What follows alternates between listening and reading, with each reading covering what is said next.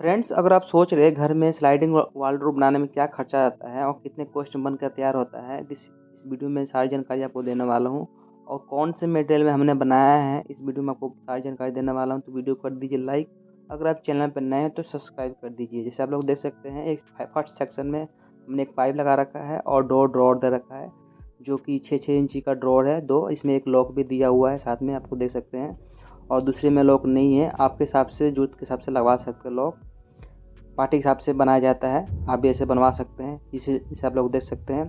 नीचे की तरफ हमने एक फोल्डेबल शेल्फ दे रखा है, रिमूव कर सकते हैं, हटा भी सकते हैं, निकाल भी सकते हैं।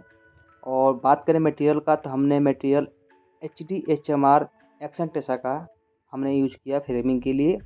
सेम कॉपी हमने दूसरी तरफ हमने रखा है, एक पाइप और 2 ड्रॉर। सेम कॉपी है, देख सकते हैं, आइडिया लगा सकते हैं। बाकी मटेरियल बात करें तो मटेरियल एक्शन टेसा का HDHMR हरा वाला बोर्ड हमने यूज किया है।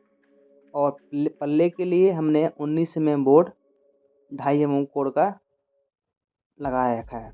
बाकी अंदर की तरफ सनमाइका हमने ऑफ वाइट लगा रखा है, बाहर की तरफ मैट फिनिश कलर वाली है, जैसे आप लोग देख सकते हैं।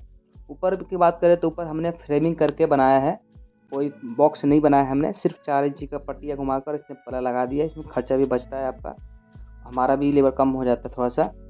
बाकी इसमें देख सकते हैं, आइडिया लगा सकते हैं। हाइट इसका 10 फुट है और लोफ्ट का जो छज्जे वाला है 2.5 फुट बाई 10 फुट का है। और जो स्लाइडिंग वॉलड्रॉप है 7 बाई 7 का है। खर्चे की बात करें तो 60 से 65 हज़ार बन के तैयार हो जाता है। वीडियो अच्छी लगे तो लाइक एंड सब्सक्राइब करना भूलें।